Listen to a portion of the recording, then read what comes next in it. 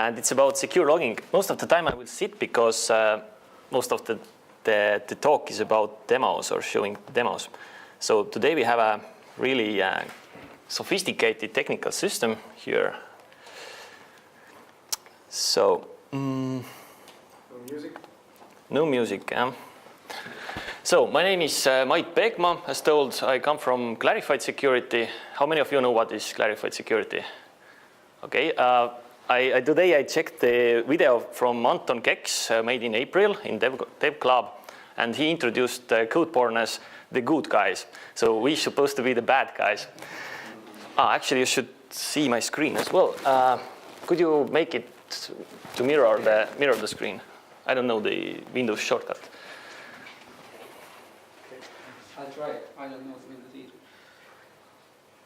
Or you can minimize the window if necessary.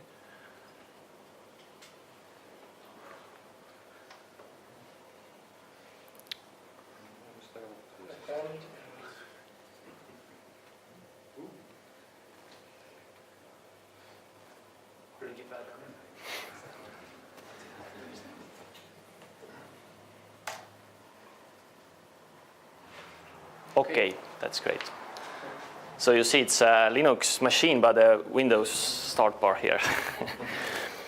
So the resolution is a bit bad. Okay, I'm from Clarified Security, and those who don't know yet what is Clarified Security, just a few words.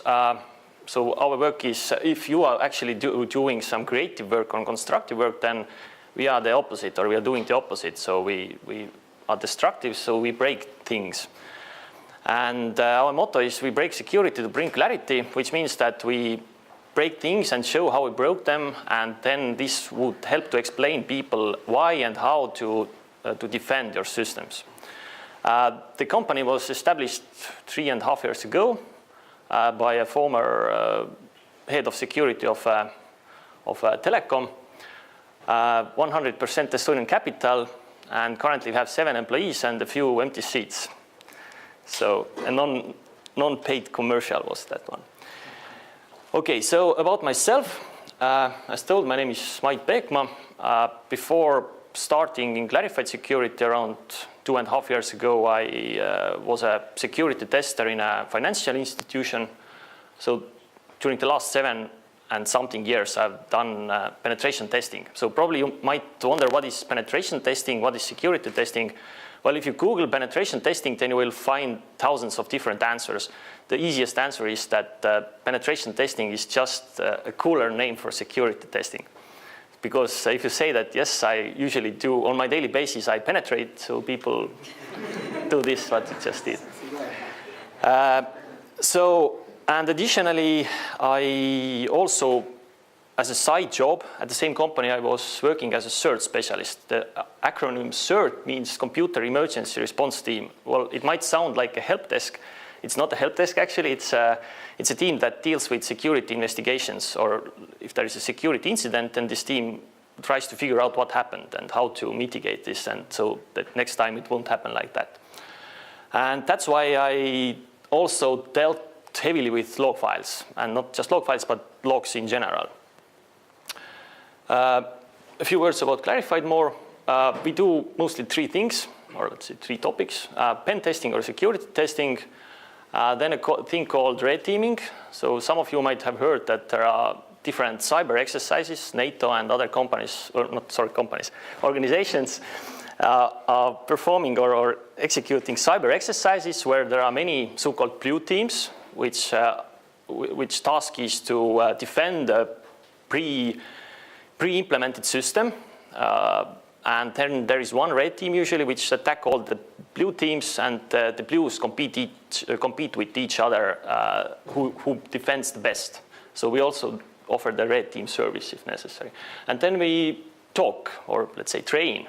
We talk about the things that we know, like hands-on hacking. It's well, those are the names of our courses, also a non-paid commercial now. So general hacking course, hands-on hacking, then a web application security course. I guess half of you have been there already. It's the Elar's task. And then the third one is secure logging. And today's talk is actually based on, or actually some so a few topics from the secure logging course. So I know that at least two people from this room are already been there, but I promise that a few things I'll tell in addition to the course here as well. So a few things from the course, secure logging. Okay, to the topic now. On daily basis, as we penetrate at Clarified, we often figure out that, or found out that if you ask for the log files, so could you, in addition to the system or the access to the system that we test, could you also give us access to the log files? And then it turns out that either the log files do not exist, or there is just out-of-the-box Apache logs available, or some kind of a debug logs available, which means that if the system goes live in the production and there is some kind of an issue happens, let's say a security incident, then based on the log files, usually it's pretty hard to tell what happened, how it happened, when it happened, who did it, and how he or she did it. And even if some kind of application-specific logs exists, then the issue with them is that they are not properly sanitized. So the input from the user or from the untrusted source is not properly either encoded or filtered before it's stored in a log file. And so today I've shown you a few techniques how to attack the logs using either the out-of-the-box Apache or Tomcat log files, or how to attack the custom logs. In general, there are three motives for logging, or 3 points or 3 reasons why to log. The first one is for debugging. So usually if you ask a developer whether the application logs or not, then the developer says yes, it writes a log, but what the developers usually mean is the debug log. So the log that contains the stack traces, maybe the database queries, the database responses, etc. Often the applications also have the monitoring log, which tells about the resource consumption, like how much memory was used, how much CPU, response times, some error messages. But often the security logging is missing at all. So who did what, when, where, how, etc. And during the time I was working in this cert, we had several incidents with different applications. And when we started to investigate the log files, then we found out that all we have is a file like this. So it's a typical Apache style log file, which contains some IP address, timestamp, and then a part of the HTTP request. So for example, if there's, let's say, an internet bank, then based on this log file, yes, it's possible to say that first somebody opened the first page. So this is the GET request there. Then logged in.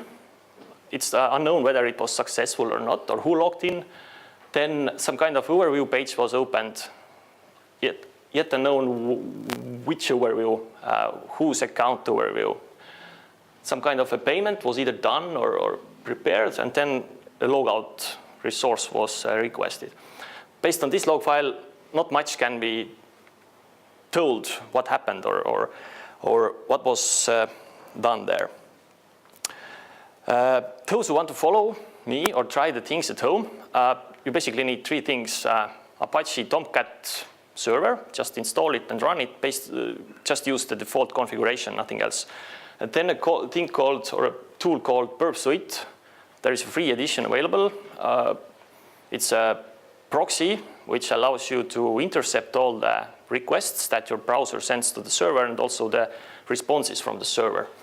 And if you intercept the requests, you can also modify them. I'll show you shortly the ones. And then just check the out-of-the-box localhost access log file using the same strings or methods that I'll show you here. So, but first,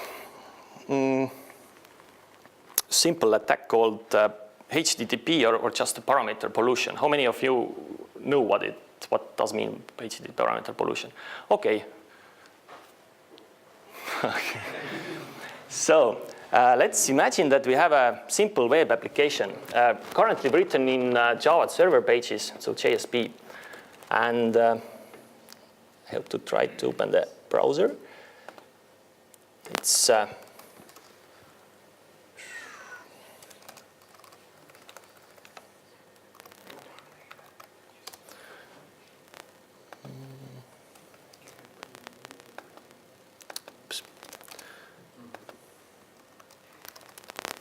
So it just consists of two buttons, yes and no. If I press yes, then it says, well, you answered yes. If I press no, then the answer will be no.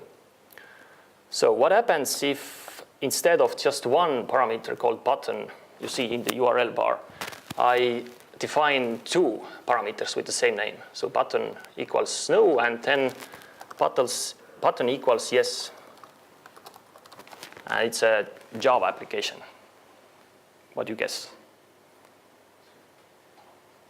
Depends on how it's written. Yes, okay, I'll give you one more hint that it's written so that this function is used to request get parameter button. Array of buttons. Okay, well, read the manual page. In Java, sorry, it was this slide. It's the first parameter. Or if there is, let's say, if it's the only parameter, then this only parameter is returned. If there are more than one parameter in the request, then an array actually is put together, but just the first element is returned. So it's the same as that one. So in Java, the first occurrence of the parameter name or parameter value is returned. So let's have the same application written in PHP. Why? Because actually, I actually thought that, well, I thought that someone will ask it. I opened DEVCLUB.EE and found out that it's written in PHP. That's why the example is given. So Did you face it? no, I didn't. I don't have time. So I have the same application written in PHP as well. So again, yes and no.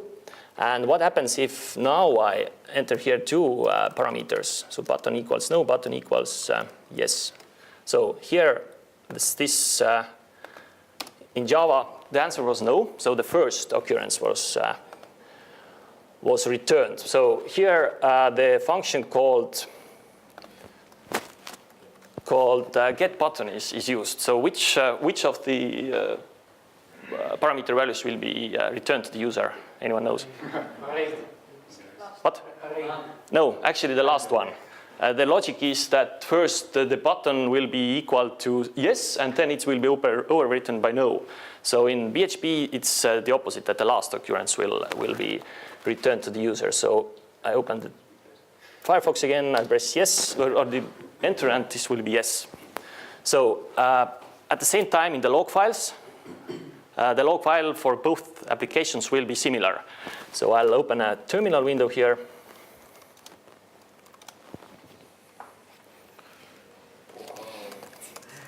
This is unsecure.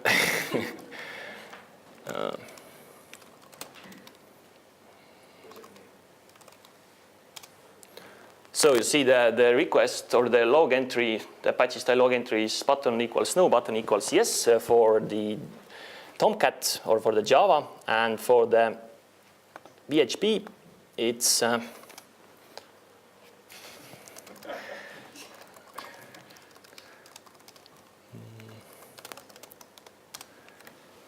the log entry is the same. So how should the log reader know which parameter value was actually used? Well, he can't or she can't. So that's why the logs should be also documented if only the access log is given to the user. But okay, let's continue. So what happens if we do not use the get request? You know, the get request is the one that the parameters can be only specified here on the first line, or the headers as well. But let's say currently just on the URL or the first line of the request. Now I modify this one and I create a post request so that one of the instances of the button parameter is on the URI and the other one is in the post request body. And this is a PHP again, and this method is used for querying the parameter value. So which one is returned? Yes, the second instant. Again, this one is first put as the value, and then this one will overwrite the first one. Actually, it depends on the Apache and PHP configuration in which order the parameters are put or overwritten by each other.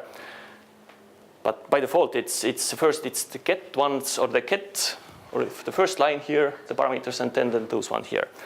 So, but in the log file, in the Apache style log file, which one is visible, or which of the parameters is logged?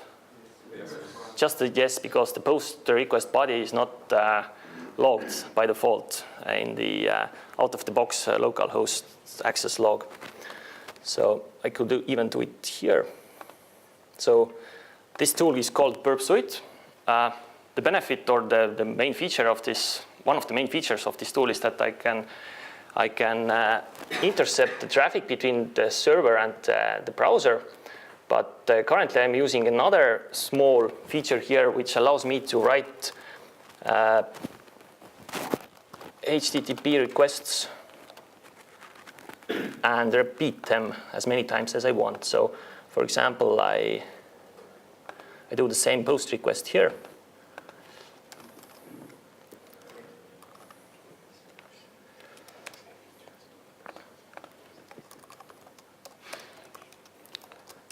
So let's see if it works at all.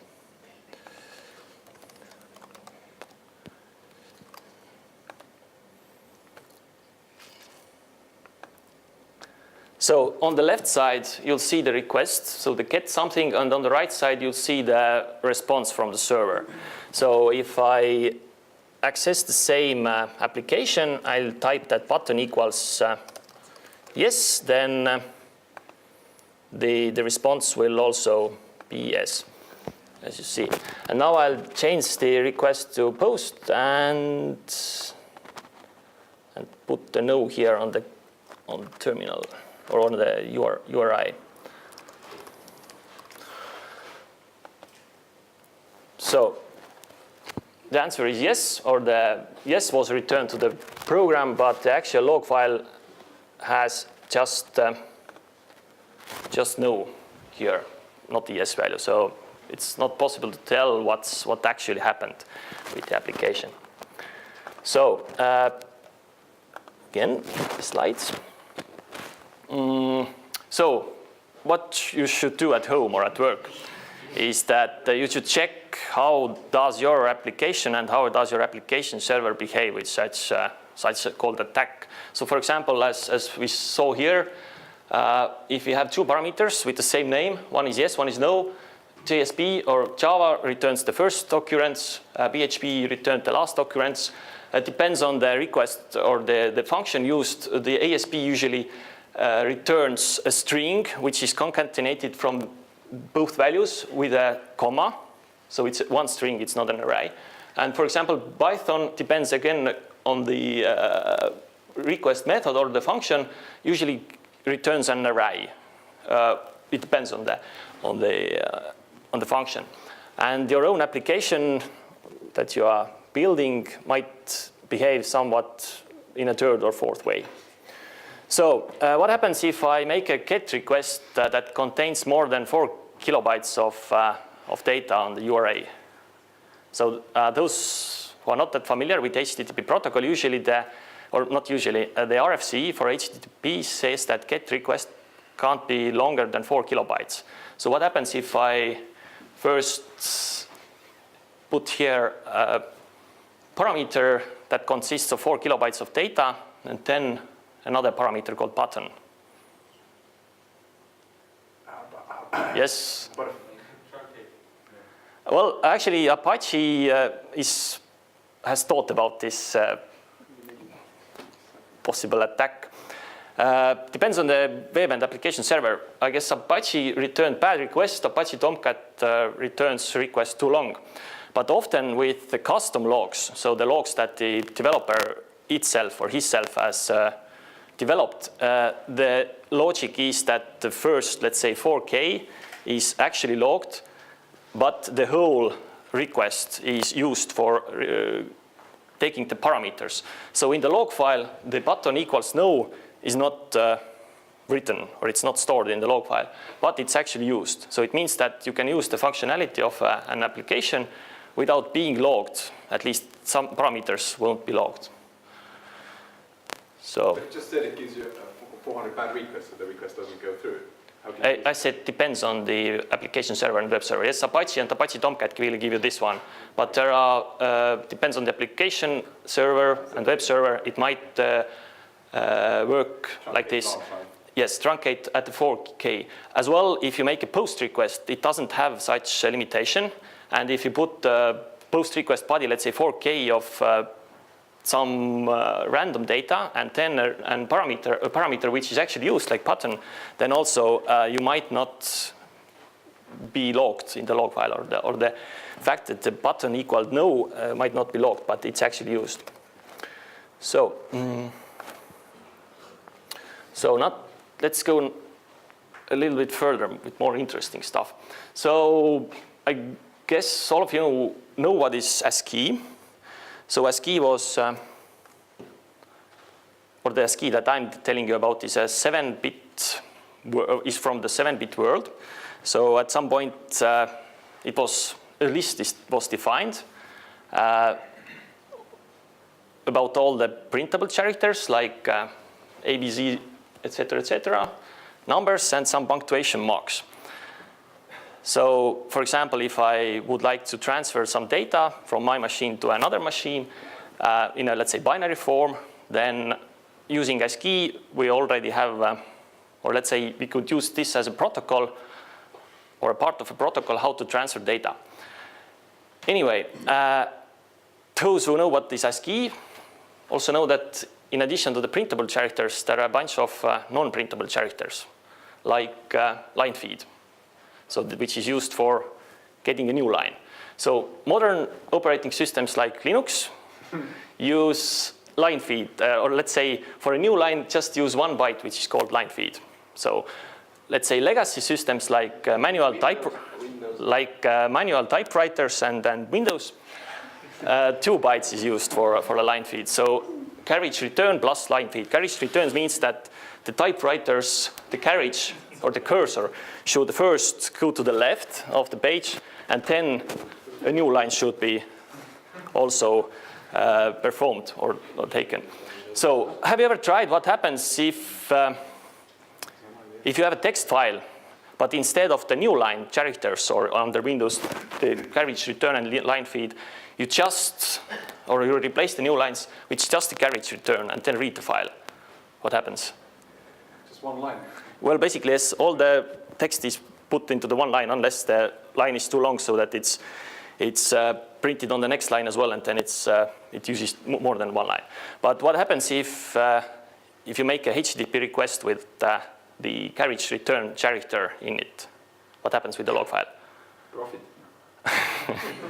Well, this is your homework. Try it. It's not easy because many of the tools won't allow you to actually enter the bloody carriage return. They try to add the line feed there or a 00 or the 0 byte there, null byte there. So that's your homework.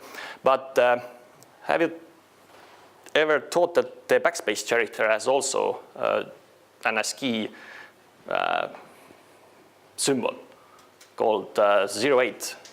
So what happens if you put a 08 in a URI request, for example? I'll show you. So let's say that we have this almighty application here. It's Apache Tomcat, and the log file is the default Apache Tomcat log file. I put it always on top, so it's visible all the time.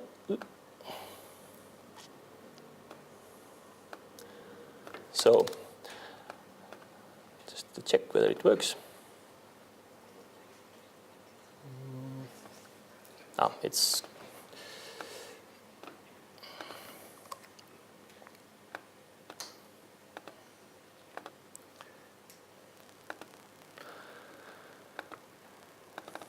okay. So I just currently have 2 parameters here, but I'll just change it to have just one parameter. So the button equals no. And also the log file here shows that the button equals no. Now I'll do a little thingy here. I add another parameter. Let's say it would be XXX, just to easily spot where should I change the existing parameters or existing characters to backspace. So instead of x's, which is 58, I type here 08, 08, 08, and make the request file up. And what you see, so it was 3 backspaces. So actually the no was like deleted from here. If I add them more there, let's say not just 2 or 3,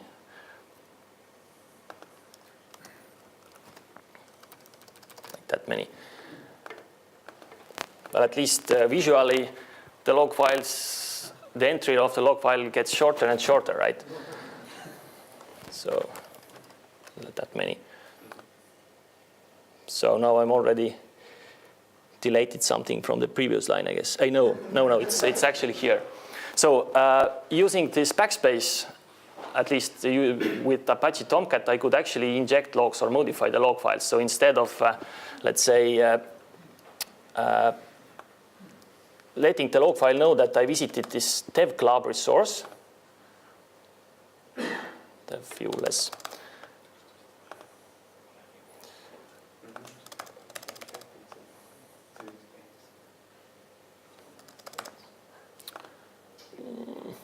So currently it's the D is already visible, but let's say I'll instead of the D, I'll enter here that I visited, let's say, hello D.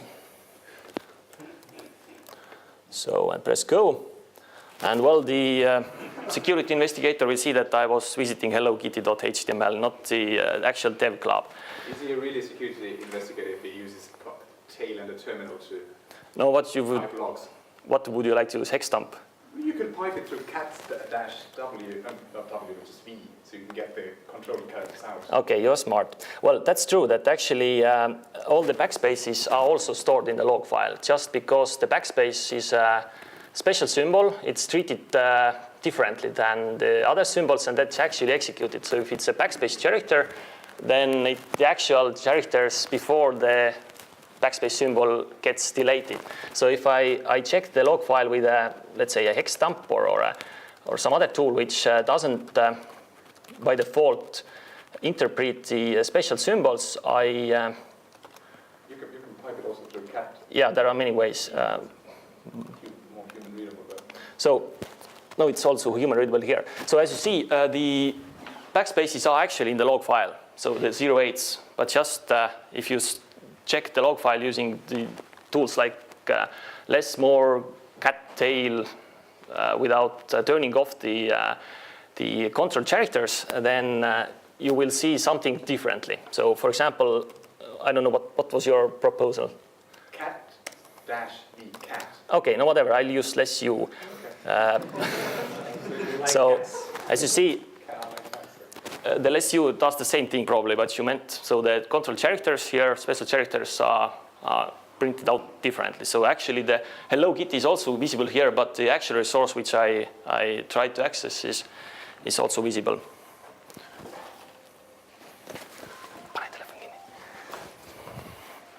So let's go back to the slides. So in addition to those single characters which have a special meaning like backspace or line feed or carriage return, there are other sequences which have a different or special meaning. So those who have developed stuff or let's say developed some command line based or terminal based user interfaces know that it's possible to change colors, background, even window size, etc., using ANSI escape sequences or ANSI escape codes. So for example, if you are using Midnight Commander, a command line or a terminal-based tool, then you see that it's actually colored. So blue and other colors are there. So using the same technique, you could actually also change, for example, the background of the color. So instead of the backspace, I just enter here a special terminal sequence or ANSI sequence. All the ANSI sequences, or most of the ANSI sequences, start with a special character called escape. So the escape code is 1B. I try to figure out where I should put it here. And just enter here, let's say 44M. I think you made a mistake there. I think. Okay, let's see. I'm not sure if I made a mistake or not. So I use the same tail. I'll press go. Okay, so you see the background is blue. So those are working for companies that belong to Sweden. You might want to make your logs Swedish, or let's say Sweden compatible. So let's change the foreground color as well to, let's say, yellow. So it's more like a Swedish flag. So 33 is the foreground blue. So and you see now it seems like red, but that's actually yellow. So it's Swedish compatible. So as well, it's possible to, let's say you are working for a France or French company and you want to make it, let's say, French Army compatible. You know what's the flag of French Army? It's a white cross on white background. So I could actually turn the background and foreground color the same, but I'll use a shortcut called conceal, which does the job for me. I press go. And all the following logs, if the, let's say, administrator checks it from the command line, are the same color. I'll reset it once you can see better. So the log files are here. Now I enter the special sequence, escape,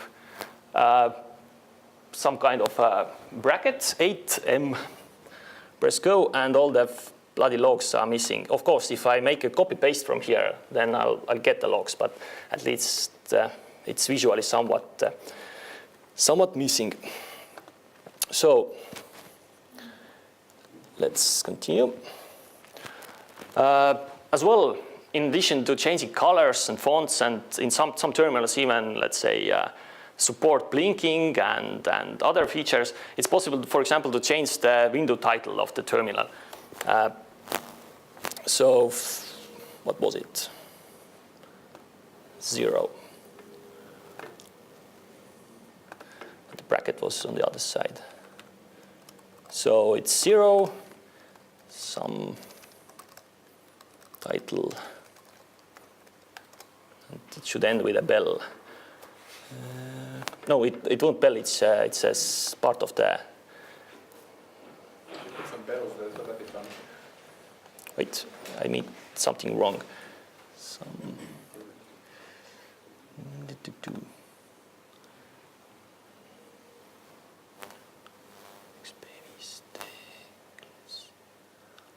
Okay, I made a mistake, but anyway, the name of the terminal should change from whatever it is to the text I entered here. So there has been security issues that in addition to changing the terminal name, it's possible also to read out the name and print it on the screen. So for example, if a user just cats a file or reads file contents, first the file itself says that, hey, change the terminal, let's say to wget HTTP something something, and then execute some kind of a script. Then it's possible just by reading a file to put whatever text was here on the command line, and the user only has to press enter after that one. So it's possible to conceal what's on the command line, which was attacker specified, and it's using a vulnerable terminal, it's possible to execute it if the user presses enter. Okay, let's skip this one and take the Resize window option here.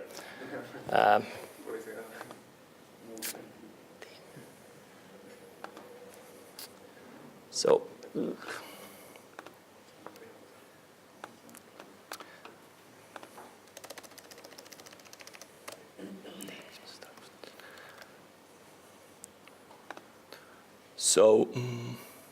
first I'll reset the logs so that you can see something at least.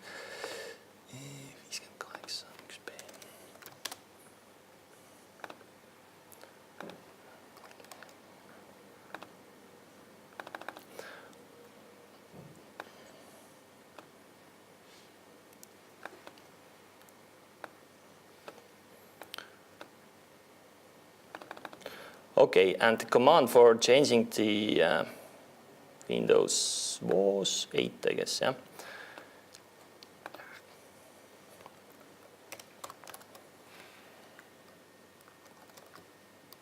I guess this one was it.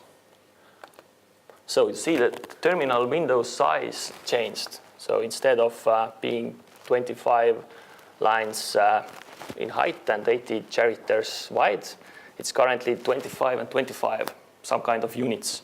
So if I would like to, let's say, write a small script that sends a request after every second with random values of the screen size, then the administrator seeing the log file will see a window size constantly changing. So, for example, if I enter here, let's say 40 and let's say 20, execute it, then whoops, it changes. Okay, as well, in addition to changing the window size, it's possible to change the location of the window. So I'll put it here. It's instead of 8, I put it here 3. By the way, with the previous attack, you could as well make the window be really, really big. Let's say your screen is 100 something x 800, but you make the window, let's say 5,000 pixels wide and 3,000 pixels in height. So it's pretty hard for the administrator to resize the window, just to annoy the administrator. Okay, but let's change the window's location as well, and let's automate it then. So, ouch. So I put go here. You see it should, wait, I made a mistake probably.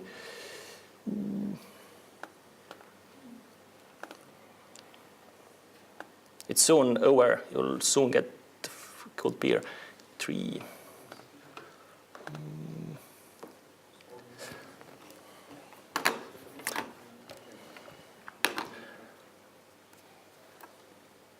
So what I have done wrongly.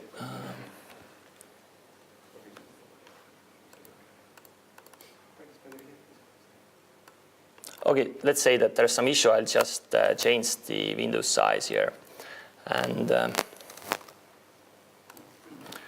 so I'll automate it so that it will send out the request after every 200 milliseconds. And let's see how the epileptic system administrators will be disabled.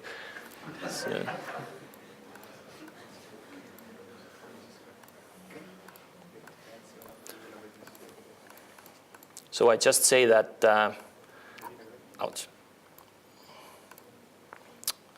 that use random numbers from, let's say, 20 to 80, 100 of them. And as well with the other parameter.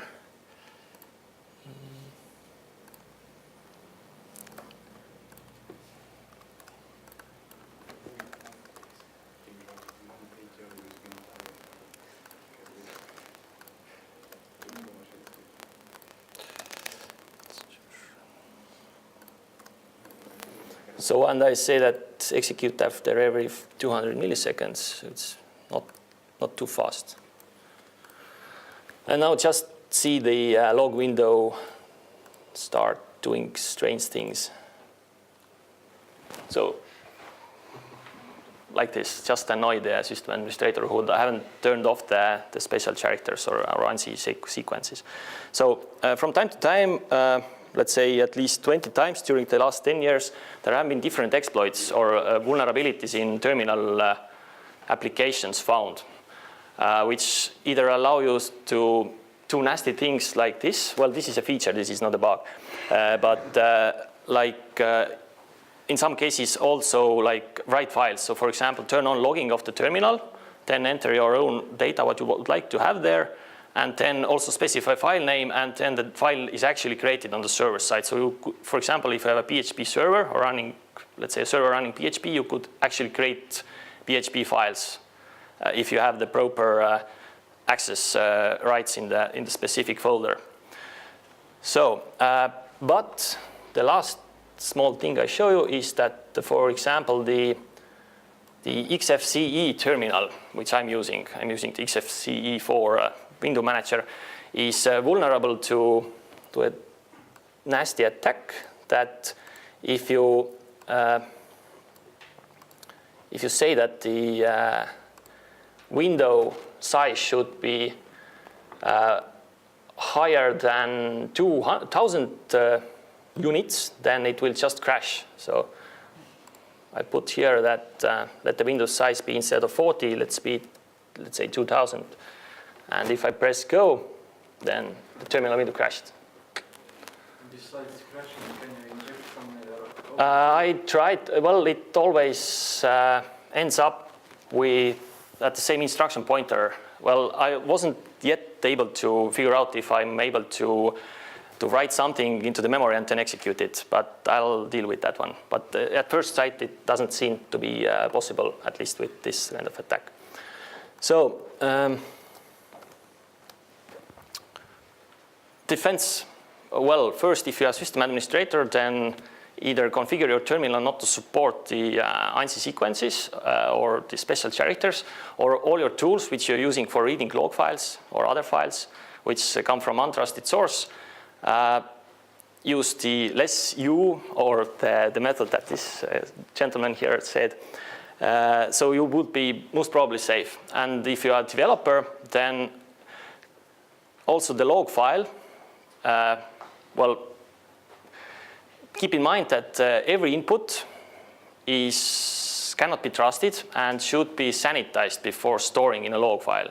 So use encoding or filtering or whatever it's necessary so that your log file won't be possible to attack using a log injection attack like the ones I just showed here. The same tricks won't work with Apache server, so Apache HTTP server, because they have fixed the issues. For Apache Tomcat, I'm not sure if they fix, because they believe that those are features so that you can enter special characters and escape sequences.